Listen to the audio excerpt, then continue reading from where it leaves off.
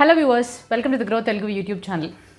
So జనరల్గా మనం కానీ ఉద్యోగస్తులమైన ఆర్ వ్యాపారం చేస్తున్నప్పటికీ మనందరికీ ఆసక్తికరమైన టాపిక్ ఏంటి అని అంటే మనం చెల్లించాల్సిన పన్ను, అంటే మనకు వచ్చే సంవత్సరం వారి ఆదాయం ఏదైతే ఉంటుందో దాని నుంచి ఏదైనా రకమైన సేవింగ్ స్కీమ్ ఆర్ ట్యాక్స్ డిడక్టబుల్గా ఏమైనా ఒక స్కీమ్ ఆర్ పథకం ఉంటే దాని గురించి మాకు వివరించగలరు అంటూ చాలామంది చాలా రిక్వెస్ట్ని చెప్పారు. అయితే మేము మీ అందరికీ తెలిసిన ఒక మంచి సేవింగ్ స్కీమ్స్ గురించి కంప్లీట్గా పూర్తిగా ఆ వివరాలు ఎలాగా ఆర్ ఆ పర్టికులర్ స్కీమ్ అంటే ఏంటి, దానికి కావాల్సిన కండిషన్స్ ఎలాగుంటాయి ఆర్ ఎలాగ మీరు విత్డ్రా చేసుకోగలుగుతారని ఇటువంటి పూర్తి వివరాలు తీసుకుని మేము ముందుకు రావడం జరిగింది. సో ఎటువంటి సేవింగ్ స్కీమ్, ఇంత ఆసక్తికరమైన సేవింగ్ స్కీమ్స్ అసలు ఏంటి అని అంటే ప్రావిడెంట్ ఫండ్. సో మన దేశంలో మన ప్రభుత్వం వాళ్ళు మన ముందుకి ఒక మంచి సేవింగ్స్ పథకంని తీసుకొచ్చారు అని అంటే అది తప్పకుండా ప్రావిడెంట్ ఫండే. సో ఈ ప్రావిడెంట్ ఫండ్ అంటే ఏంటి, ప్రావిడెంట్ ఫండ్లో రకరకాలుగా ఉంటాయా, అండ్ అటువంటి రకాల నుంచి రెండు ఏదైతే మనం కామన్గా అండ్ చాలా ఇంపార్టెంట్గా వాడుతూ ముఖ్యంగా మనం చూస్తూ ఉంటామో వాటి గురించి పూర్తి వివరాలతో పాటుగానే ఇటువంటి అకౌంట్స్ నుంచి మీరు జమ చేసుకున్న డబ్బు ఈ పథకంలో నుంచి మీరు కానీ విత్డ్రా చేసుకోవాలి అని అంటే ఎటువంటి షరతుల్ని పూర్తి చేయాల్సి ఉంటుంది, అండ్ ఫైనల్గా ఎలా మీరు దీన్ని విత్డ్రా చేసుకోగలరు అని స్టెప్ బై స్టెప్గా పూర్తిగా వివరాలు ఈ వీడియోతోటి మీ ముందుకు రావడం జరిగింది. సో ఇంకెందుకు ఆలస్యం, వెళ్ళిపోదామా వీడియోలోకి. కానీ వీడియోలోకి వెళ్ళడానికన్నా ముందు మీరు కానీ ఇంకా గ్రో తెలుగు యూట్యూబ్ ఛానల్కి సబ్స్క్రైబ్ చేసుకోకపోతే బెల్ ఐకాన్ని క్లిక్ చేసుకోండి. అండ్ ఇటువంటి ఎంతో ఇంపార్టెంట్ అండ్ ఇన్ఫర్మేటివ్ కంటెంట్ని ఎప్పటికప్పుడు మేము ముందుకు తీసుకొస్తూనే ఉంటాం. నేను సిఏ హిరణ్మయి అండ్ ఈరోజు మనం చూడబోయే టాపిక్ పిఎఫ్ అకౌంట్ నుంచి మీరు జమ చేసుకున్న డబ్బుల్ని ఎలా విత్డ్రా చేసుకోవాలి అని.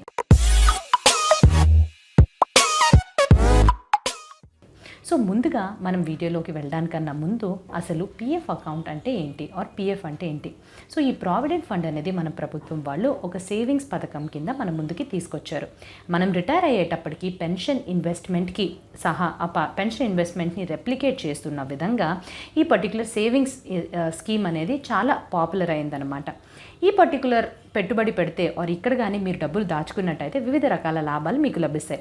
రెండు ముఖ్యమైన లాభాలు కానీ మీరు చూసినట్టయితే ప్రతి సంవత్సరం మీరు కట్టవలసిన ఆదాయం పైన ఏదైతే పన్ను చెల్లించాల్సి ఉంటుందో దాంట్లోని సెక్షన్ 80C ప్రకారంగా 1,50,000 వరకు మీరు ఏదైతే అమౌంట్ని ఇందులో వేస్తారో దాన్ని మీరు డిడక్షన్ కింద క్లెయిమ్ చేసుకోవచ్చు. అండ్ రెండవది, మీరు ఏదైతే ప్రావిడెంట్ ఫండ్ స్కీమ్ అంటే వివిధ రకాల స్కీమ్స్లో ఇన్వెస్ట్మెంట్స్ చేసి దానికి మెన్షన్ చేసిన సమయం వరకు మీరు మీ డబ్బులను అందులో ఉంచి తర్వాత విత్డ్రా చేసుకున్నట్టయితే మీరు దానిపైన అసలు పైన వడ్డీ పైన ట్యాక్స్ అనేది చెల్లించాల్సిన అవసరం ఉండదు.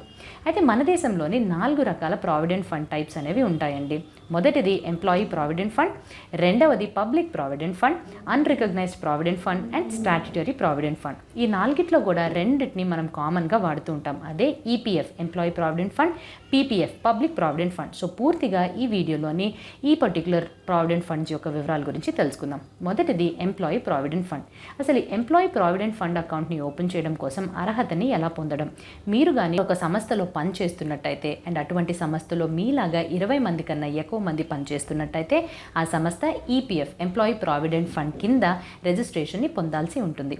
ఈపీఎఫ్ని ఎవరు మెయింటైన్ చేస్తారు? ఈపీఎఫ్ని ఎంప్లాయీ ప్రావిడెంట్ ఫండ్ ఆర్గనైజేషన్ ఏదైతే ministry of labour and employment కింద పనిచేస్తుందో ఈ ఆర్గనైజేషన్ వాళ్ళు డైరెక్ట్గా మేనేజ్ చేస్తూ ఉంటారు. అయితే ఈ ఎంప్లాయీ ప్రావిడెంట్ ఫండ్ ఆర్గనైజేషన్ వాళ్ళ యొక్క స్టాటిస్టిక్స్ ప్రకారం తెలిసింది ఏంటంటే నవంబర్ 2021లోని కార్పస్ ఫండ్లో ఎంత అమౌంట్ ఉందంటే 15 లక్షల కోట్ల వరకు జమై ఉందని ఈ అకౌంట్లో తెలిసింది. అయితే ప్రభుత్వం వాళ్ళు ఫినాన్షియల్ ఇయర్ 2022లోని ఈ పర్టికులర్ సేవింగ్స్ స్కీమ్ నుంచి 8.1% పర్ యానం రిటర్న్ని తీసుకొస్తున్నారు.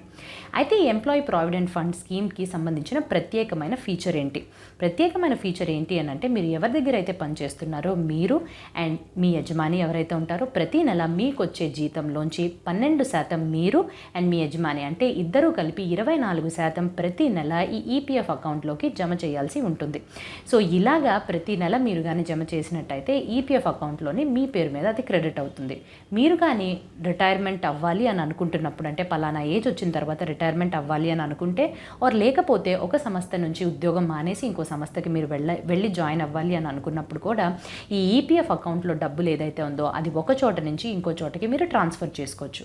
కానీ దీన్ని మీరు ట్రాన్స్ఫర్ చేసుకోవాలి ఆర్ విత్డ్రా చేసుకోవాలి అని అంటే మీ అందరి దగ్గర యూఏఎన్ యూనివర్సల్ అకౌంట్ నంబర్ అనేది ఒకటి ఉండాలి. సో యూనివర్సల్ అకౌంట్ నంబర్ అంటే 12 సంఖ్యలు గల ఒక డిజిట్. సో ఈ పర్టికులర్ నంబర్ని మీరు గుర్తుంచుకోవాల్సి ఉంటుంది. అండ్ ప్రతి ఒక్క ఇండివిజువల్కి వాళ్ళ యొక్క లైఫ్ టైంలో అంటే ఎంతమంది దగ్గర ఉద్యోగం చేస్తే అంతమంది దగ్గర ఒకే ఒక అకౌంట్ ఆర్ ఈ యూఏఎన్ అకౌంట్ని కానీ మీరు ఇచ్చినట్టయితే మీరు ఉద్యోగం మారినా విత్డ్రా చేసుకున్నా మొత్తం మీకు చెందాల్సిన ప్రావిడెంట్ ఫండ్ అమౌంట్ అనేది ఈ అకౌంట్లోకి జమ అయి ఉంటుంది.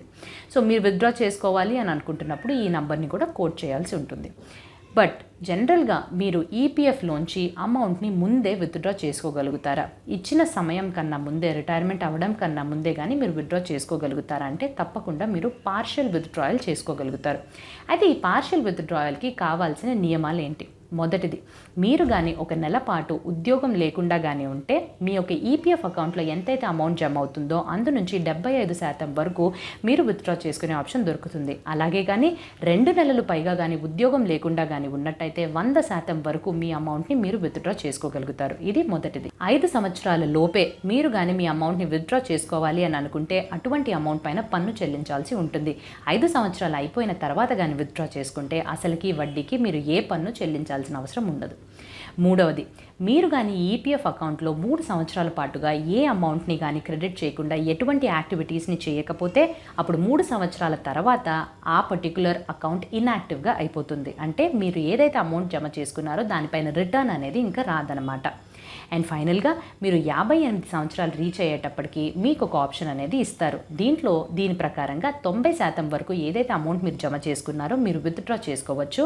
అండ్ రిమైనింగ్ 10% ఏదైతే ఉంటుందో అది మీరు రిటైర్ అయిన తర్వాత మీకు ఒక పెన్షన్ లెక్కన ఫిక్స్డ్ ఇన్కమ్ కింద మీకు వస్తుందన్నమాట. అండ్ ఫైనల్గా కానీ మీరు చూసినట్టయితే ఇంపార్టెంట్గా తెలుసుకోవాల్సిన విషయం, ఈపీఎఫ్ అకౌంట్ నుంచి నేను ముందే కానీ నాకు డబ్బులు అవసరమైతే, ఏ కారణం చేతన మీకు డబ్బులు అవసరమైతే మీరు పార్షియల్ విత్డ్రాయల్స్ అనేవి చేసుకోగలుగుతారు.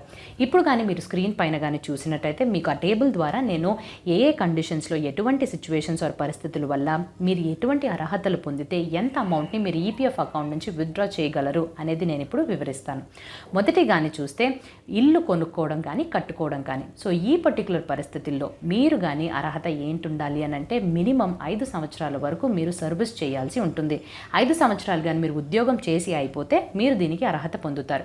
అయితే మీరు ఇల్లు కొనుక్కోవాలి అని అనుకుంటే మీకు వచ్చే జీతాన్ని 24 నెలలతో పాటుగా మల్టిప్లై చేసి వచ్చే అమౌంట్ని మీరు ఈపీఎఫ్ నుంచి విత్డ్రా చేసుకోగలుగుతారు. కానీ కట్టాలి అని అనుకుంటే దానికన్నా ఎక్కువ 36 నెలల మీ జీతాన్ని క్యాల్కులేట్ చేసి ఏ అమౌంట్ అయితే ఉంటుందో అంతవరకు మీరు ఈపీఎఫ్ నుంచి విత్డ్రా చేసుకోగలుగుతారు.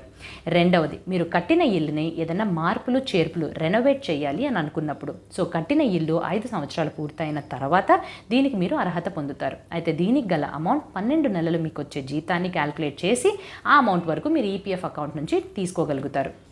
మీరు కానీ మీ పై చదువులకి లేకపోతే పెళ్లి ఖర్చులకి ఏదైనా మీకు కానీ మీ కుటుంబ సభ్యులకి ఇటువంటి ఖర్చుల పరిస్థితి ఎదురైనప్పుడు మినిమం మీరు 7 సంవత్సరాల వరకు పనిచేస్తుంటే మీరు దీనికి అర్హత పొందుతారు. సో ఏదైతే అమౌంట్ మీరు ఈపీఎఫ్ అకౌంట్లో జమ చేసుకుంటారో దాని నుంచి 50% వరకు మీరు విత్డ్రా చేసుకునే ఆప్షన్ మీకు లభిస్తుంది. అండ్ ఫైనల్గా ఏమైనా ఎమర్జెన్సీస్ అప్పుడు ఆర్ మీ ఆరోగ్య రీత్యా ఎటువంటి మెడికల్ బిల్స్ని మీరు కట్టాల్సి వచ్చినప్పుడు దీనికి అర్హత అనేది ఏమీ లేదు. ఎంతైతే అమౌంట్ ఈపీఎఫ్లో ఉంటుందో అందు నుంచి మీరు 6 నెలలకి వచ్చే అమౌంట్ శాలరీ ఏదైతే ఉంటుందో అంత మాత్రం మీరు విత్డ్రా చేసుకోగలుగుతారు. ఇది ఈపీఎఫ్ గురించి పూర్తి డీటెయిల్స్. ఇప్పుడు పీపీఎఫ్ గురించి చూద్దాం. సో ఈ పబ్లిక్ ప్రావిడెంట్ ఫండ్ అనేది ఈపీఎఫ్లో కవర్ అవ్వని మిగతా సిటిజన్స్ ఎవరైతే దీంట్లో ట్యాక్స్ డిడక్షన్స్ అండ్ ఒక మంచి సేవింగ్ స్కీమ్స్ కోసం ఆరాటపడతారో వాళ్ళకి ఈ పీపీఎఫ్ అనేది ఇంట్రడ్యూస్ చేశారు మన ప్రభుత్వం వాళ్ళు.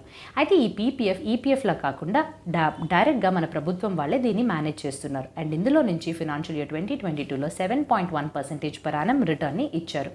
ఈ పర్టికులర్ స్కీమ్లోని సేమ్ ఈపీఎఫ్లో వచ్చే లాభాలే ఉంటాయి. 2 లాభాలు ఏంటి అని అంటే, మొదటిది మీకు ట్యాక్స్ డిడక్షన్ 80C సెక్షన్ ప్రకారంగా మీకు 1,50,000 వరకు ట్యాక్స్ డిడక్షన్ని ద్వారా క్లెయిమ్ చేసుకోవచ్చు. అండ్ రెండవది, ఇచ్చిన సమయం వరకు మీరు కానీ మీ డబ్బులు ఈ అకౌంట్లో జమ చేసుకుని ఉంచినట్టయితే తర్వాత సమయం అయిపోయిన తర్వాత వచ్చే అసలు అండ్ వడ్డీ పైన ఎటువంటి పన్నుని చెల్లించాల్సిన అవసరం ఉండదు. ఈ స్కీమ్లో మినిమం మీరు 500 నుంచి మొదలుకొని 1,50,000 వరకు మీరు ఇన్వెస్ట్మెంట్స్ చేసుకోవచ్చు. అండ్ పీపీఎఫ్లోని కనీసం 15 సంవత్సరాల వరకు మీ అమౌంట్స్ని ఉంచాల్సి ఉంటుంది. దాని తర్వాత మీరు ఇంకొక 5 సంవత్సరాల వరకు కూడా పొడిగించుకోవచ్చు. ఇంతలోపే మీకు ఏమన్నా డబ్బులు అవసరమైతే ఈ పర్టికులర్ అకౌంట్ నుంచి కూడా మీరు పార్షియల్గా విత్డ్రా చేసుకోవచ్చు. కానీ దానికి కొన్ని షరతులు అనేవి ఉంటాయి. మొదటిది 6 సంవత్సరాలు మినిమం పూర్తవ్వాలి మీరు విత్డ్రా చేసుకోవాలి అని అంటే. సంవత్సరానికి ఒకసారి మాత్రమే మీరు విత్డ్రా చేసుకోగలుగుతారు. అండ్ నెక్స్ట్ ఎంత అమౌంట్ వరకు నేను విత్డ్రా చేసుకోగలను. నేను ఇప్పుడు చెప్పబోయే ఈ 2 విషయాల్లో ఏదైతే తక్కువ ఉంటుందో దా అమౌంట్ని మీరు విత్డ్రా చేసుకోగలరు. మీరు ఎప్పుడు విత్డ్రా చేసుకోవాలనుకుంటున్నారో దానికన్నా ఒక సంవత్సరం ముందంటే ప్రీవియస్ ఇయర్లోని క్లోజింగ్ బ్యాలెన్స్ ఎండ్లో ఎంత బ్యాలెన్స్ మీ పీపీఎఫ్ అకౌంట్లో ఉందని మీరు చూసుకోవాలి. దాని నుంచి 50% వరకు క్యాలిక్యులేట్ చేసి పెట్టుకోండి. అండ్ అలానే 4 సంవత్సరాలు పూర్తయిన తర్వాత ఆ 4వ సంవత్సరం ఎండ్లోని మీ పీపీఎఫ్ అకౌంట్లో ఎంత అమౌంట్ అయితే ఉందో దాని యొక్క 50% క్యాలిక్యులేట్ చేసి పెట్టుకోండి. ఇలా ఈ 2 అమౌంట్స్లో ఏదైతే తక్కువ ఉంటుందో ఈ అమౌంట్ మాత్రం మీరు విత్డ్రా చేసుకోగలుగుతారు. మెడికల్ ఎక్స్పెన్సెస్ కోసమని లేకపోతే పై చదువుల కోసం కానీ డబ్బులు అవసరమైతే 5 సంవత్సరాలు అయిన తర్వాతే మీరు ఈ అకౌంట్ నుంచి విత్డ్రా చేసుకునే ఆప్షన్ ఇస్తున్నారు. అయితే 15 సంవత్సరాల వరకు మీ అమౌంట్ ఈ అకౌంట్లో పెట్టాల్సి ఉంటుంది. దాని తర్వాత కావాలి అని అనుకుంటే మొత్తం విత్డ్రా చేసుకోవచ్చు. లేకపోతే ఇంకొక బ్లాక్ ఆఫ్ 5 years వరకు మీరు ఇందులో పెట్టుబడి పెట్టుకోవచ్చు. సో ఈ 5 yearsలోని మీరు ఏదన్నా ఇంకా అమౌంట్ని కానీ దీంట్లో చేర్చి వేయాలి అని అనుకుంటే కూడా వేయచ్చు. లేకపోతే ఏదైతే అమౌంట్ ఉంటుందో దానిపైనే మీకు ఫిక్స్డ్గా ఆదాయం అనేది గవర్నమెంట్ వాళ్ళు ఇస్తూనే ఉంటారు రేట్ ఆఫ్ ఇంట్రెస్ట్ ప్రకారంగా. అయితే ఈ ఈపీఎఫ్లోంచి పీపీఎఫ్లోంచి అసలు ఎలా డబ్బుల్ని మనం విత్డ్రా చేసుకోవాలి. సో ఇదే ముఖ్యమైన కట్టం. మొదటిది మీరు కానీ పీపీఎఫ్ పబ్లిక్ ప్రావిడెంట్ ఫండ్లో కానీ ఇన్వెస్ట్మెంట్ చేసినట్టయితే మీరు ఏదైతే బ్యాంక్లో మీ సేవింగ్స్ అకౌంట్ని ఓపెన్ చేసుకున్నారో ఆ పర్టికులర్ బ్యాంకే మీకోసం పీపీఎఫ్ అకౌంట్ని ఇంతకుముందే క్రియేట్ చేసి ఉంటారు. సో మళ్ళీ మీరు కానీ విత్డ్రా చేసుకోవాలి అమౌంట్ ఈ అకౌంట్ నుంచి అని అనుకుంటే అదే బ్యాంక్కి వెళ్ళి కావాల్సిన ఫామ్స్ని ఏదో ఆన్లైన్లో కానీ ఆఫ్లైన్లో కానీ వివరాల్ని కానీ మీరు నింపి వాళ్ళు అడిగే డాక్యుమెంట్స్ని కానీ మీరు సబ్మిట్ చేసినట్టయితే మీ యొక్క అమౌంట్ని మీరు విత్డ్రా చేసుకోగలుగుతారు. ఇది పీపీఎఫ్కి సంబంధించి. ఇప్పుడు ఈపీఎఫ్ అకౌంట్ నుంచి మీ అమౌంట్ని ఎలా విత్డ్రా చేసుకోవాలి. సో అమౌంట్ని విత్డ్రా చేసుకోవాలి అని అంటే మళ్ళీ 2 రకాలుగా మీరు విత్డ్రా చేసుకోవచ్చు. ఒకటిది ఆన్లైన్, అంటే కంప్యూటర్ వెబ్సైట్ ద్వారా మీరు వెళ్ళి అన్ని ఆన్లైన్లోనే మీ ఇంటి ద్వారా ఇంటి దగ్గర నుంచే చేసుకోవచ్చు. ఇంకొకటి ఆఫ్లైన్. సో మొదట ఆఫ్లైన్ ప్రాసెస్ గురించి తెలుసుకుందాం. మీరు ఈపీఎఫ్ఓ వెబ్సైట్కి వెళ్ళి కాంపోజిట్ క్లెయిమ్ ఫామ్ అనే ఫామ్ని మీరు డౌన్లోడ్ చేసుకుని అందులో వాళ్ళు అడిగిన వివరాల్ని నింపి కావాల్సిన డాక్యుమెంట్స్ని కూడా మీరు సబ్మిట్ చేసిన అయితే మీరు మీ అమౌంట్ని విత్డ్రా చేసుకోవచ్చు. అయితే ఈ కాంపోజిట్ క్లెయిమ్ ఫామ్ అనేది 2 రకాలుగా ఉంటుంది. మొదటిది మీ యూఏఎన్ యూనివర్సల్ అకౌంట్ నంబర్ని ఆధార్తో పాటుగా మీరు లింక్ చేసినట్టయితే ఒక రకమైన కాంపోజిట్ ఫామ్ క్లెయిమ్ ఫామ్ అనేది ఉంటుంది. అక్కడ మీ యొక్క యజమాని ఎంప్లాయర్ ఎవరైతే ఉంటారో వాళ్ళ యొక్క అటెస్టేషన్ అనేది అవసరం ఉండదు. రెండవది యూఏఎన్ కానీ మీరు ఆధార్తో లింక్ చేసుకోకపోతే మీ ఎంప్లాయర్ యజమాని అటెస్టేషన్ అవసరం ఉంటుంది. వాళ్ళ దగ్గర నుంచి అటెస్టేషన్ తెచ్చుకోవడంతో పాటుగానే ఈ కాంపోజిట్ క్లెయిమ్ ఫామ్ అనేది కూడా ఒక వివిధ రకాల డిఫరెంట్ హెడ్డింగ్తో మీకు ఈ ఈపీఎఫ్ఓ వెబ్సైట్లో దొరుకుతుంది. సో దాన్ని మీరు క్షుణ్ణంగా పరిశీలించి మీకు తగినట్టు మీ సిచ్యువేషన్ ప్రకారంగా మీరు ఫామ్ని డౌన్లోడ్ చేసుకుని నింపాల్సి ఉంటుంది. అండ్ నెక్స్ట్ మీరు కానీ ఆన్లైన్లోకి వెళ్ళి చేయాల్సి అనుకుంటే ఆన్లైన్ ద్వారా మీ అమౌంట్ని ఈపీఎఫ్ అకౌంట్లోంచి విత్డ్రా చేయాలి అని అనుకుంటే మేము ఇప్పుడు స్టెప్ బై స్టెప్గా మేము మీకు చెప్తాము. సో మొదట మీరు యూఏఎన్ పోర్టల్లోకి వెళ్ళాల్సి ఉంటుంది. కానీ ఈ పోర్టల్లోకి వెళ్ళడానికన్నా ముందు మీరు 2 విషయాల్ని జాగ్రత్తగా గమనించాలి. మొదటిది మీ యొక్క యూనివర్సల్ అకౌంట్ నంబర్ యాక్టివ్గా ఉండాలి. అండ్ ఈ యూఏఎన్ నంబర్కి వాళ్ళు అప్పట్లో ఈ నంబర్ మీకు అలాట్ చేస్తున్నప్పుడు ఫోన్ నంబర్ అడుగుతారు. సో మీరు ఇచ్చిన ఫోన్ నంబర్ కూడా యాక్టివ్గానే ఉండాలి.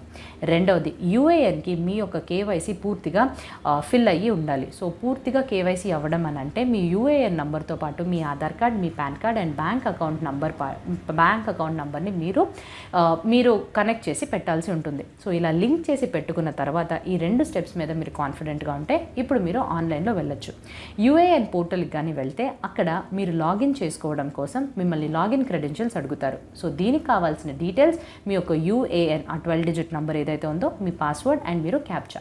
సో దీని ద్వారా మీరు కానీ పోర్టల్లోకి ఎంటర్ అయిపోయిన తర్వాత టాప్ లెఫ్ట్ సైడ్ కార్నర్లో మేనేజ్ అనే ట్యాబ్ కనిపిస్తుంది. సో దీన్ని కానీ మీరు క్లిక్ చేసుకున్నాక కేవైసీ అనే ఆప్షన్ రెండవదిగా కనిపిస్తుంది. సో కేవైసీని క్లిక్ చేసుకున్న తర్వాత మీరు కేవైసీ ఇంకా చేయలేదా కంప్లీట్ చేశారా అనే స్టేటస్ మీకు తెలుస్తుంది. సపోజ్ కానీ మీరు కేవైసీ చేయకపోతే ఇప్పుడు మీరు దాన్ని పూర్తి చేసుకోవచ్చు. నెక్స్ట్ స్టెప్, ఇది పూర్తి చేసుకున్న తర్వాత మీరు ఆ online forms or online services అనేది పక్కనే ఉంటుంది. ఆ పర్టికులర్ ట్యాబ్ని క్లిక్ చేసుకుంటే మీ క్లెయిమ్ ఫామ్స్ అని తెలుస్తుంది. సో మొదటి ఆప్షన్ ఈ క్లెయిమ్ ఫామ్స్. సో క్లెయిమ్ ఫామ్స్లో బ్రాకెట్లో కానీ చూస్తే form 31, form 19 and form 10C అని మీకు లభిస్తుంది. సో ఈ ఆప్షన్ని క్లిక్ చేసుకోండి. క్లిక్ చేసుకున్న తర్వాత మీకు ఒక డైలాగ్ బాక్స్ ఓపెన్ అవుతుంది. అక్కడ అన్నిట్లోని మీ యొక్క బ్యాంక్ డీటెయిల్స్ అనే కాలం బ్లాంక్గా ఉంటుంది. అక్కడికి వెళ్ళి మీ బ్యాంక్ అకౌంట్ నెంబర్ని వేసిన తర్వాత వెరిఫై అని మీరు క్లిక్ చేసుకోవాలి.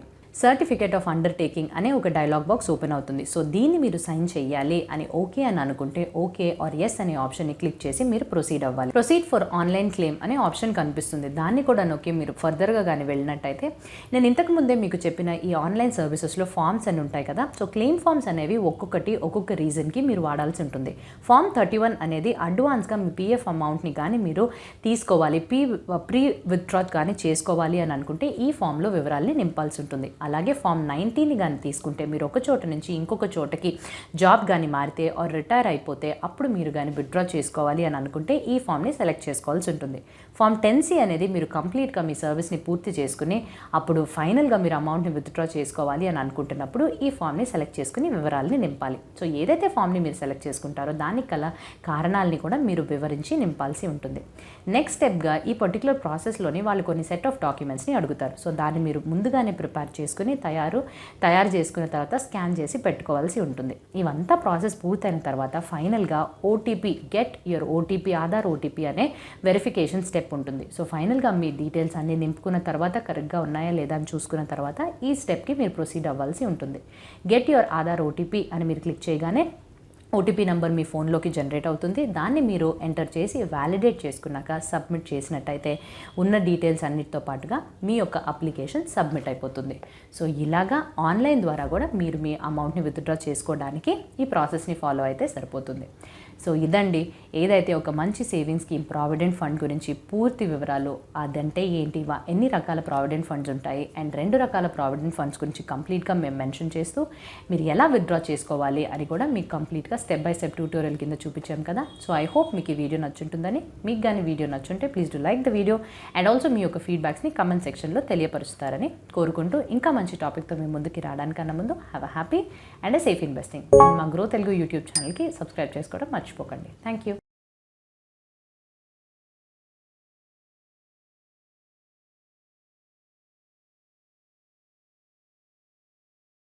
Investment in securities market are subject to market risks. Read all the related documents carefully before investing. Please read the risk disclosure documents carefully before investing in equity shares, derivatives, mutual fund, and or other instruments traded on the stock exchanges.